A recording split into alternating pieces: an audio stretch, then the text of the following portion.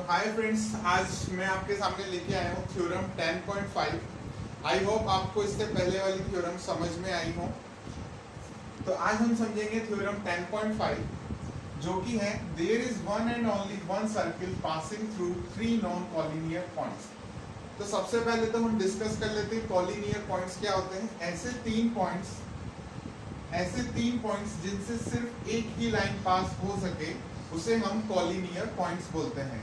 और non collinear points जिनसे एक सिंगल लाइन कभी भी एक बार में पास ना हो सके उन्हें हम कहते हैं non collinear points.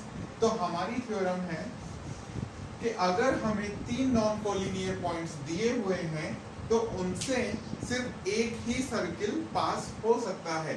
There is one and only one circle passing through three non-collinear points।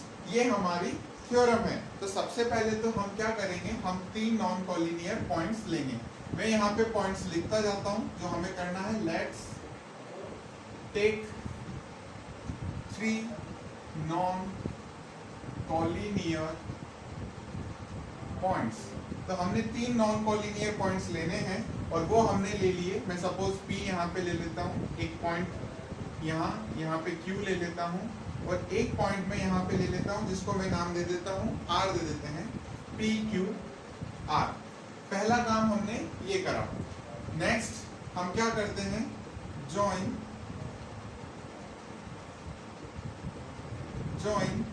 PQ and QR। तो हमने इन्हें ज्वाइन कर दिया। ठीक है, हमने तीन पॉइंट्स लिए जो कि नॉन कॉलिनियर हैं, P, Q एंड R, और उसके बाद उन्हें ज्वाइन कर दिया। उसके बाद जो हमें करना है, हमें क्या करना है, PQ पे और QR पे परपेंडिकुलर बाइसेक्टर ड्रॉ करना है। तो मैं यहाँ पे लिखता हूँ नेक्स्ट स्टेप, ड्रॉ परपेंडिकुलर का ये साइन होता है, perpendicular bisector on PQ and QR। Okay, हम परपेंडिकुलर बाइसेक्टर ड्रॉ करते हैं। तो परपेंडिकुलर बाइसेक्टर अगर आप कंपास से ड्रॉ करते हैं तो आप Q पे रख के थोड़ा सा इसके हाफ से ज्यादा स्ट्रेच करेंगे, एक आर्क यहाँ लगाएंगे, एक आर्क यहाँ लगाएंगे। उतने ही कंपास को स्ट्रेच रखते हुए एक आर्क यहाँ लगेगा और एक आर्क यहाँ लगाएंगे।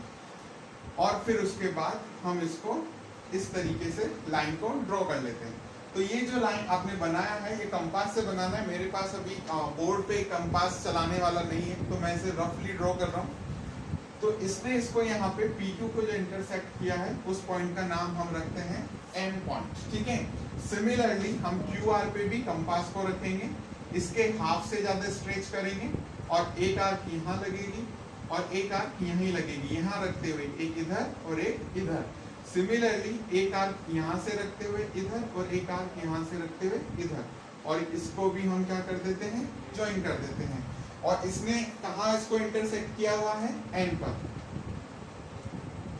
अच्छा, हमने भी इस लाइन को अगर हम ध्यान से वापस से पढ़ें तो हम क्या कर रहे हैं, परपेंडिकुलर बाइसेक्टर ड्रॉ कर रहे हैं। यानी कि यहाँ पे 90 डिग्री का एंगल बन रहा है। कितना बन रहा है, 90 डिग्री का एंगल बन रहा है। ये हमने परपेंडिकुलर बाइसेक्टर बनाया है। और PM MQ के बराबर है इस वाले केस में, और सिमिलरली QM NR के बराबर है, क्योंकि लाइन क्या है, बाइसेक्टर, यानी दो बराबर पार्ट्स में ये इनको क्या करता है, डिवाइड करता है। उसके बाद हम लोग क्या करते हैं, जहां पे ये जो बाइसेक्टर मीट कर रहा है उसको हम नाम दे देते हैं O। ओके, तो ये जहां पे परपेंडिकुलर बाइसेक्टर ने एक दूसरे को कट किया है उस जगह, उस पॉइंट को हमने नाम दे दिया है O। नेक्स्ट स्टेप हम क्या कर देते हैं, जॉइन OP एंड OR। अभी हम O से P को ज्वाइन कर देते हैं और O से R को ज्वाइन कर देते हैं। मैं इसे ब्लू मार्कर से ज्वाइन करता हूँ ताकि अलग से आपको दिखे, और कर्ली फॉर्म में मैं इसे ज्वाइन करता हूँ। ये मैंने यहाँ ज्वाइन कर दिया। और एक चीज और हम ज्वाइन कर लेते हैं, O से Q को भी ज्वाइन कर लेते हैं।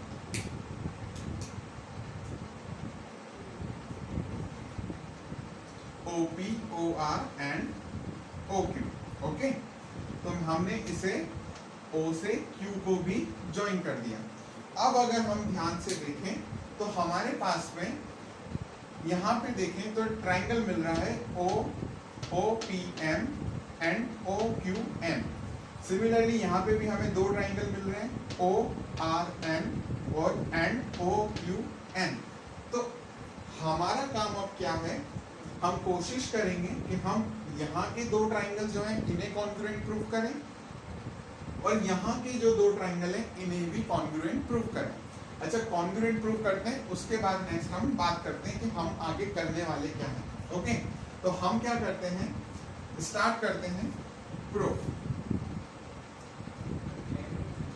ये जितने भी पॉइंट्स मैंने लिखे हैं इस थ्योरम में ये बहुत इंपॉर्टेंट है कि एक्चुअल में हमें ड्रॉ कैसे करना है और क्या क्या हमें लेबल करते हुए चलना है।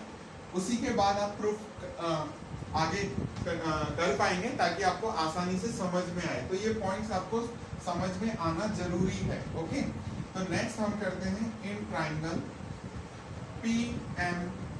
मैं इसके OMP ले लेता हूँ। In triangle OMP and triangle OMQ। तो हमने ये दो ट्राइंगल लिए हैं OMP एंड OMQ। तो अब अगर हम इसमें ध्यान से देखें तो हमें क्या क्या चीजें मिलती हैं। सबसे पहले तो हम अगर देखें तो हमारे पास में OM लाइन जो है दोनों में कॉमन है। तो मैं लिख देता हूं OM is equal to the MO जो कि कॉमन लाइन है। वो साइड जो दोनों ट्राइंगल्स में आती है उसका रीजन हम कॉमन ही लिखते हैं क्योंकि वो दोनों में आ रही है। उसके बाद हमने देखा एंगल OMP एंगल OMQ दोनों ही कितने के हैं, 90 डिग्री के। तो मैं इसे थोड़ा सा ऊपर लिखता हूँ ताकि जगह हमारे पास बची रहे। OM equal to MO common और एंगल OMP इक्वल है एंगल OMQ के ईच 90 डिग्री। तो ये कितने का हो गया, दोनों 90 डिग्री। नेक्स्ट हमारे पास परपेंडिकुलर बाइसेक्टर हमने ड्रॉ किया था। तो PM और MQ तो बराबर हो गया परपेंडिकुलर बाइसेक्टर से। तो हम लिखेंगे PM बराबर है MQ के बाय कंस्ट्रक्शन। अच्छा, ये ना तो हमें क्वेश्चन में गिवन था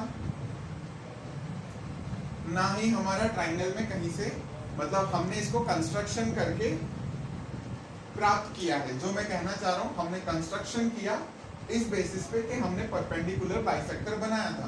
तो उसी के अकॉर्डिंग ये इक्वल हुए हैं। तो हमें रीजन यहाँ पे क्या लिखना है, बाय कंस्ट्रक्शन। तो देखिए सबसे पहले OMO मेरे पास में क्या है, एक साइड है। उसके बाद ये क्या है, एंगल है। उसके बाद फिर से ये क्या है, साइड है। तो हमने ट्राइंगल्स में प्रॉपर्टी पढ़ी हुई है साइड एंगल साइड। तो साइड साइड एंगल साइड। तो हम यहाँ पे लिखेंगे by side angle side triangle OMP congruent है ट्राइंगल OMQ के। जब दो ट्राइंगल कॉन्ग्रुएंट हो चुके हैं, when two triangles are congruent, then their corresponding parts are also equal। तो हम कह सकते हैं, हमें यही आगे लिखते हैं by CPCT corresponding part of congruent triangle by CPCT। देखिए इस ट्राइंगल का जो पार्ट था OP था जो हमने यूज नहीं किया, तो हम उसे लेते हैं OP। और इस ट्राइंगल में OQ दोनों आपस में हमने क्या कर दी, इक्वल कर दिए। यानी कि OP किसके बराबर हो गया है, OQ के बराबर हो गया है। तो ये दोनों पार्ट्स इक्वल हो गए। सिमिलरली जो काम हमने इस वाले पार्ट में किया है, इस वाले पार्ट में किया है, यहाँ पे इस वाले पार्ट में ये जो काम हमने किया है, यही काम हम कहाँ कर सकते हैं, यहीं पे कर सकते हैं। कैसे, ये वाला ट्राइंगल ले लेंगे और ये वाला ट्राइंगल ले लेंगे और सेम साइड एंगल साइड से जैसे हमने यहाँ कॉन्ग्रुएंट प्रूव किया है, यहाँ कॉन्ग्रुएंट प्रूव कर सकते हैं। तो हमें सेम चीज बार बार करने की जरूरत नहीं होती है। हम यहाँ पे लिखेंगे सिमिलरली। अच्छा, सिमिलरली पूरा लिखने का जरूरत नहीं होता है मैथ्स में, हम 3 लाइन खींचते हैं और उसके टॉप पे LY लिख देते हैं, तो उसका मतलब होता है सिमिलरली। तो सिमिलरली मैं यहाँ पे लिख देता हूँ, फर्स्ट इसको पॉइंट दे देते हैं। सिमिलरली हम कह सकते हैं we can say that OQ equals OR। OQ भी किसके बराबर होगा? OR के बराबर होगा। कैसे? क्योंकि हमने फर्स्ट में दोनों ट्राइंगल को कॉन्ग्रुएंट प्रूफ किया, और वैसे ही मैं इन दो ट्राइंगल्स को भी कॉन्ग्रुएंट प्रूफ कर सकता हूँ। और जब ये कॉन्ग्रुएंट प्रूफ हो जाएंगे तो इनके कॉरस्पॉन्डिंग पार्ट्स जो कि हम यूज करने वाले हैं OQ और OR को, वो भी क्या होंगे? इक्वल होंगे। तो हमने सिमिलरली लिख के we can say that OQ is equal to OR, और इसको मैंने सेकंड पॉइंट नाम दे दिया। अब हमें एक्चुअल में प्रूफ क्या कर रहे हैं? हम यहाँ पे हम प्रूफ ये कर रहे हैं कि हमें 3 नॉन कॉलिनियर पॉइंट्स हैं और उनसे एक ही सर्किल पास होगा, ये हमें प्रूफ करना है। अब इन पॉइंट से वो एक ही सर्किल पास कैसे होगा? वो पास ऐसे होगा, अगर मैं O को सेंटर मान लूं तो ये डिस्टेंस और ये डिस्टेंस क्या होनी चाहिए? बराबर। क्योंकि हमें पता है जब हम सर्किल बनाते हैं तो सेंटर से जो रेडियस होती है उसका डिस्टेंस हर साइड से इक्वल होता है। तो हमारे पास में अगर ये OP, OQ, OR तीनों बराबर आ जाते हैं और O को हम सेंटर मान लेते हैं, तो इन पे से क्या होगा? एक ही सर्किल पास होगा, क्योंकि तीनों क्या हो गई हैं? अभी रेडियस हमने O को सेंटर माना। तो हमने देखा कि अगर हम 1 और 2 को कंसीडर करें तो OP OQ के बराबर है और OQ किसके बराबर है? OR के। तो हम यहाँ पे लिखेंगे from 1 and 2 OP equals OQ and OQ equals OR। Okay, जब OP इक्वल हो गया है OQ के और OQ इक्वल हो गया है OR के, तो हम कह सकते हैं कि अगर हम O को सेंटर लेते हैं तो ये क्या हो गई है? रेडियस, और इनसे एक ही सर्किल पास होगा। तो take O as center and OP, OQ and OR as radius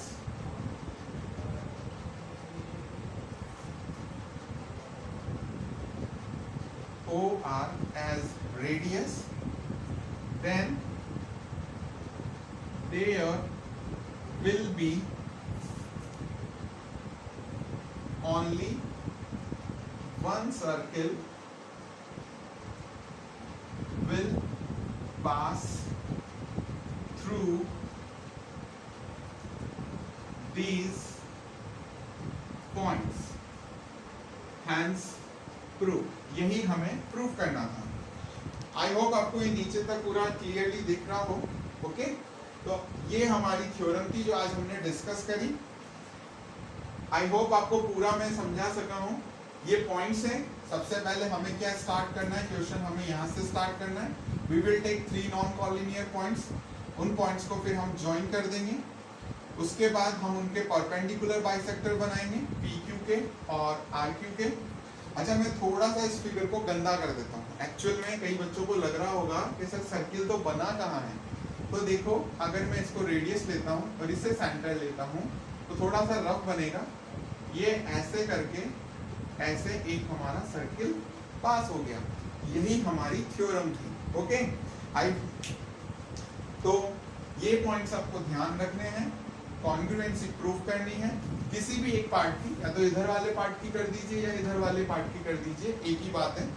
उसके बाद सिमिलरली करके हम सेकंड पार्ट को भी शो कर सकते हैं कि भाई हमने इसी के अकॉर्डिंग इसे भी इक्वल कॉन्ग्रुएंट मान लिया है, क्योंकि सेम केस है दोनों साइड में। ओके, तो थैंक यू क्लास, आज के लिए इतना ही है। Please like and subscribe my channel and do comment if you have any doubt. I will try to solve them in my videos, and please do not forget to like and subscribe, and please also share if you like this video. Thank you class.